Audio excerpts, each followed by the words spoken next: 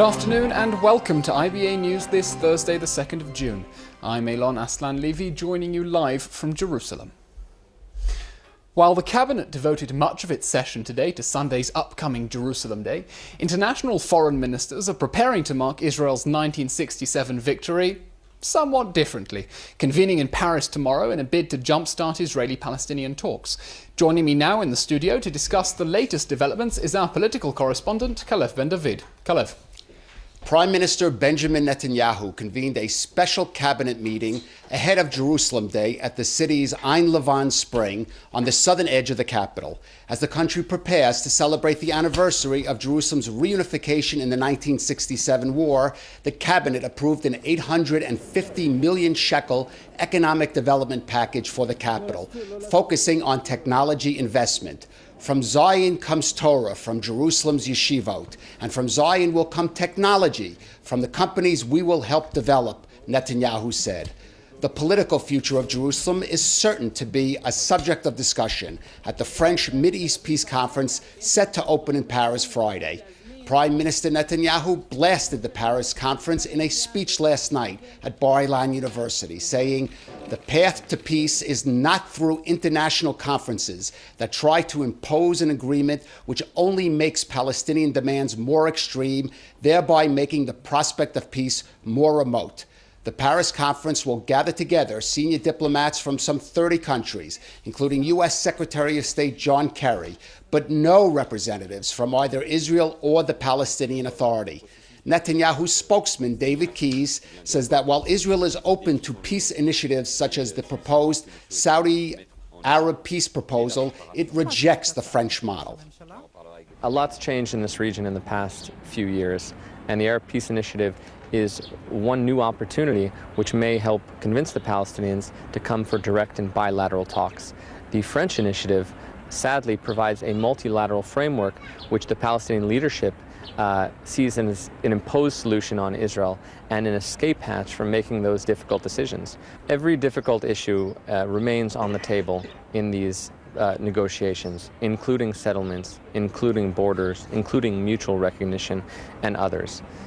The most important thing that has to happen is that we need to sit across from the table from one another in direct and bilateral talks. And the Palestinian leadership needs to make those hard decisions to finally and at long last recognize the State of Israel as a legitimate entity in this region. Anything short of that will only perpetuate violence and distance peace. It won't bring it any closer. The French are hoping the event will set internationally agreed parameters for an Israeli-Palestinian peace agreement, including set deadlines for the various stages of its implementation. Elon? The capital is bracing for possible outbreaks of violence this Sunday, as this year's annual Jerusalem Day march looks set to coincide with the start of the Muslim holy month of Ramadan. Hundreds of police officers will be deployed across the city. Organisers of this year's flag dance portion of the march, known as Rikud HaDgalim, have so far agreed to start the event earlier than initially planned in an attempt to avoid possible clashes with Muslim worshippers heading for prayers on the first night of Ramadan. The annual procession, largely comprising young groups, includes a march to the Western Wall through the Old City, including the Muslim Quarter. Earlier today, the left-wing NGO Ir Amim petitioned the High Court following a lower court decision permitting the march to pass through the Old City's Damascus Gate. The group claims the march threatens local Arab residents and is demanding the court intervene to alter its route. Prime Minister Benjamin Netanyahu will travel to Moscow next week for the second time this year. The visit is scheduled to take place on Tuesday and will coincide with the 25th anniversary of the establishment of official relations between Israel and post-Soviet Russia. Dmitry Peskov, a Kremlin spokesman, said Netanyahu is expected to discuss a range of topics with President Vladimir Putin, including economic and security issues, prospects for an Israeli-Palestinian settlement, and bilateral ties. The two will also monitor progress implementing the agreements from their last meeting, including Air Force coordination over the skies of Syria. Amotz Asael is back in the studio for a glance behind the headlines. Amotz, welcome. Hello. The government already has its stable majority, but now Finance Minister Kahlon is calling on Herzog to join the government anyway. What's he thinking? I think Kahlon wants to position himself as the moderate in this government, both because of his substantive views concerning the conflict and also because of his own personal political strategies, which are very legitimately aiming in a very centrist direction, and this kind of statement serves it. But there is a broader context here, which today at least produced among pundits quite a bit of speculation that there is some diplomatic commotion afoot that Kahlon might be hinting about, namely the assembly, after all, of a regional peace conference sometime in upcoming months or weeks.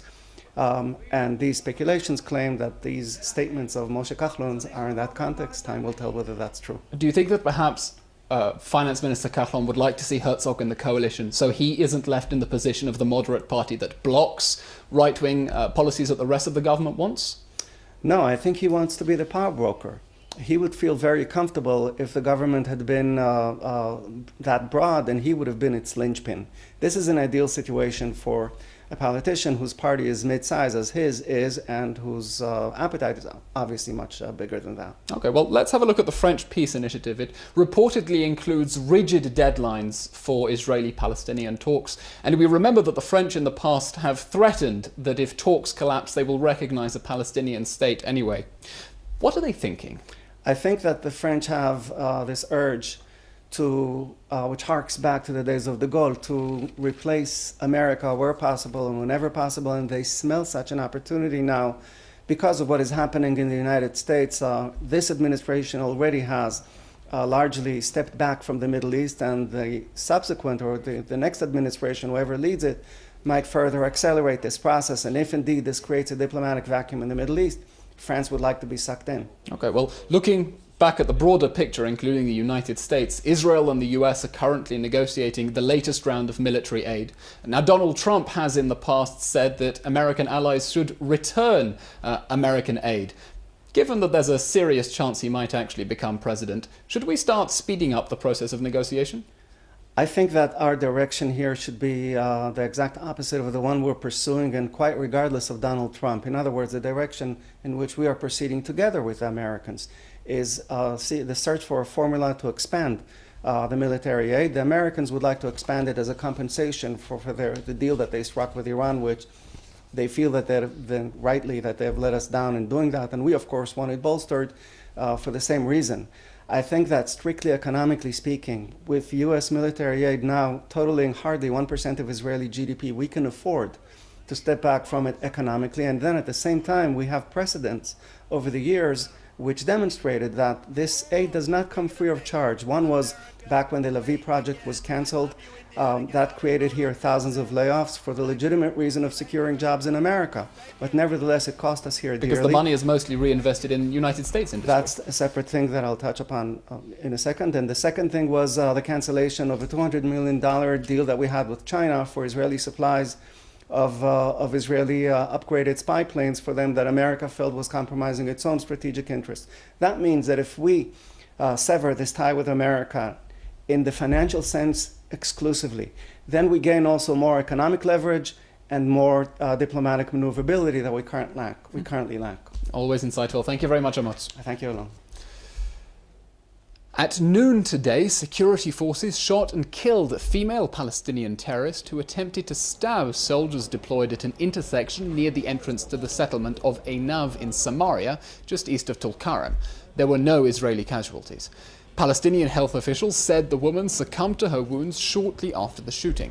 Additional forces were dispatched to the settlement to ensure there had been no infiltration.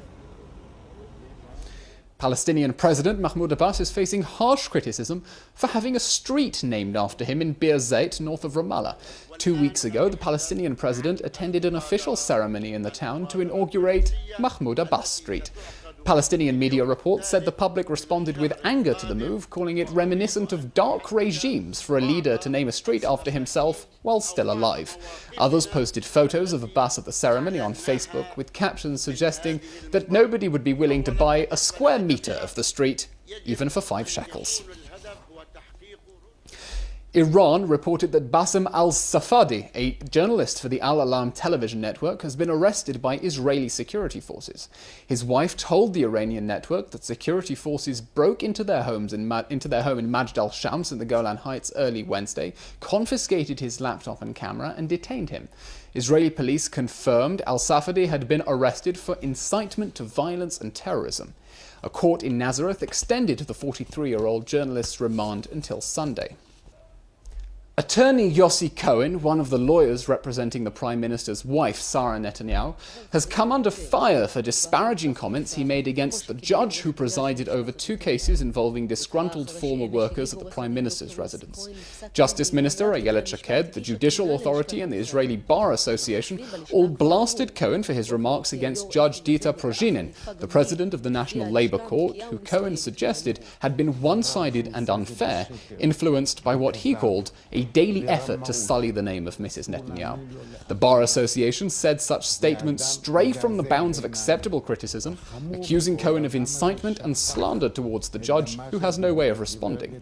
The attorney, a long-time associate of the Netanyahu family, quickly apologized for his remarks, saying he never intended to personally insult the judge and that his criticism had been misunderstood. On Tuesday, Judge Prozhinin instructed the state to pay 120,000 shekels in damages to Guy Eliyahu, a former employee at the Prime Minister's residence, after ruling that he had suffered emotional abuse from Sarah Netanyahu. Turning to regional news, and Jordan has a new government. King Abdullah swore in Prime Minister Hani al-Mulki yesterday after dissolving the parliament at the end of its 4-year term. According to the country's constitution, elections must now be held within 4 months. Al-Mulki, who replaces Abdullah Ensor, was appointed by the king on Sunday and has held a string of senior diplomatic and ministerial positions in the past. He will also hold the defense portfolio. Yesterday, the king swore in his new cabinet of 28 ministers, including 4 women and 17 newcomers. The key posts of foreign minister, interior minister, and finance minister remain unchanged. For the first time in years, the International Committee of the Red Cross began aid deliveries to the war-torn town of Daraya on the outskirts of Damascus in Syria. The town has been under siege by the Syrian government since 2012. Medicine, baby milk, vaccines and nutritional goods were among the items delivered, and the Red Cross says food items should be dispatched to the area tomorrow. Another aid convoy carrying food supplies entered the neighbouring Moad Amir. The aid was made possible after the Russian Defense Ministry announced it had coordinated a 48-hour ceasefire to facilitate the humanitarian delivery to the civilian population.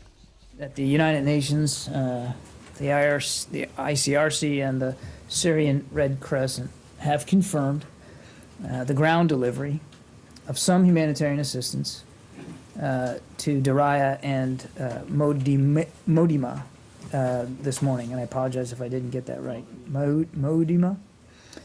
Ground delivery remains the most effective means to providing aid to all besieged communities. We've said that before.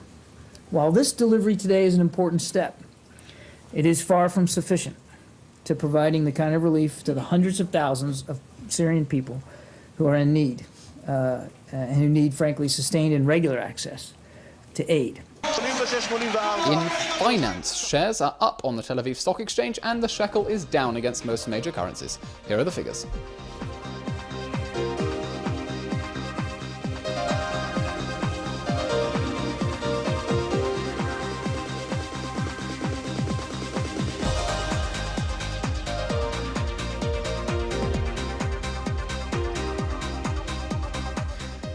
The weekend will be sizzlingly hot, and I'm not just talking about the Pride Parade. With a heat wave on its way, we can be sure nothing will rain on that parade. Here are the highs and lows.